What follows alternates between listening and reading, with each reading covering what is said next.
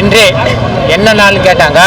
இந்த மார்கழி மாசம்னாவே பீட நாள் சொல்லுவாங்க, சுபகாரியம் எதுவும் பண்ண வேணான்னு சொல்லுவாங்க. நான் சொல்றது புரியுதா? ஆனால் இந்த மார்கழி மாதம் தான் கரெக்டாக பொருந்து போகுது.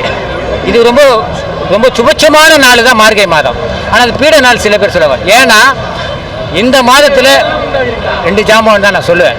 நான் இன்னும் வேறு யாரும் சொல்ல மாட்டேன். ஒன்று எம்ஜிஆர், 2வது விஜயகாந்த் தான் சொல்லுவேன். ஏன்னா இந்த மார்கழி மாதம் தான் அவங்களோட நீங்கள் தான் சொன்ன நினைவு நாள். தவறு, இது கோயில் நினைவாலம் கிடையாது.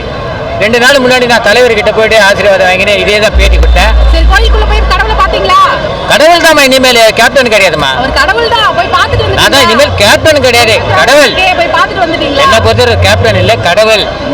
நான் தலைவர் நினைவாலயத்துக்கு போய் ஆசீர்வாதம் வாங்கினேன் எம்ஜிஆர். அன்னைக்கு நான் கலர் சட்டை தான் போட்டேன்.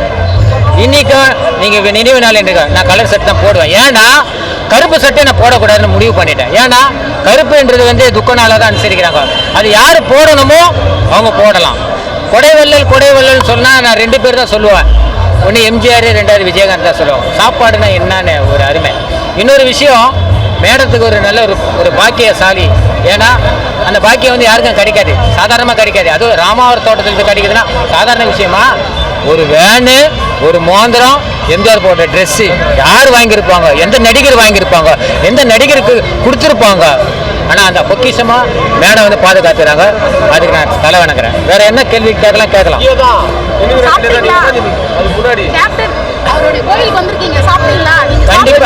2 விஷயம். யார் வீட்டுக்கு போனாலும் ஒருத்தரை பார்த்து நல்லா இருக்காதுன்னு கேட்டா நல்லா இருக்கிறேன். ஆனால் ஒருத்தரை பார்த்து சாப்பிட்டான்னு கேட்ட எப்படி இருக்குது? அது 2 பேர் தான் பொருந்தோம். ஒன்று எம்ஜிஆர், ஒன்று கேப்டன். அதுதான் சொல்றேன். நல்லா இருக்கிறேன், நீ நல்லா இருக்கிறேன் கேட்பேன். என்ன சொல்ல? ஏதோ இருக்கிற அதானே சொல்லுவேன். ஆனால் உண்மையிலே நல்லா இருக்க மாட்டேன், எனக்கு தெரியும்.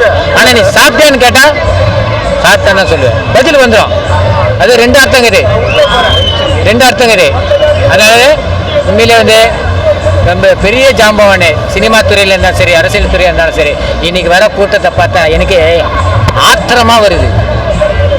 ஒருத்தர் எழுந்துட்டு பிறகு தான் இவ்வளோ கூட்டம் வருது பார்த்தீங்களா? அவர் இருக்க சமயத்தில் நம்ம எவ்வளோ நம்ம பயன்படுத்திடாமல் போயிட்டோமா? அதான் சொல்கிறேன், கொடை வள்ளலாக இருக்கிற வேண்டும், கொடை பிடிச்சவன் பெரிய ஆளாக இருக்கிறான். யாரை சொல்கிறேன்னு உங்களுக்கு தெரியும். ஏங்க நான் தான் சும்மா துஷ்டு வச்சுக்கிறேன், நீங்கள் காதில் ஊத்துற மாதிரி ஊற்றுமே. நான் பேசுனா அவங்களுக்கு புரியுங்க, புரியுதா? நான் சொல்கிறேன், கொடை வள்ளன்றது 2 விஷயம். ஒன்று அன்னதான பிரபாவாக இருக்கணும், வாரி வாங்கி கொடுக்க வள்ளலாக இருக்கும். ஆனால் கேப்டன் ரைஸ் மில்லில் என்ன தான் வச்சிருந்தாலும் எங்கள் ஊருக்கார் தான் இருந்தாலும் அவர் ரைஸ் மில்லில் தொடங்கி அந்த ரைஸ் மில்லர் பணத்தை நலிந்த கலைஞர், அது கூட சக நடிகர்களை அது உதவித்தொகை பார்த்து இருக்கிறேன். நிறைய ஷூட்டிங் கூட பயணிச்சுக்கிறேன், நிறைய ஷூட்டிங் பயணிச்சுக்கிறேன்.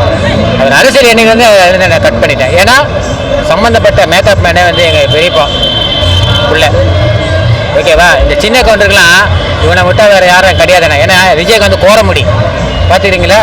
ரஜினிகாந்த் முடிவு ஒன்றாவே இருக்கும், கோரமுடி.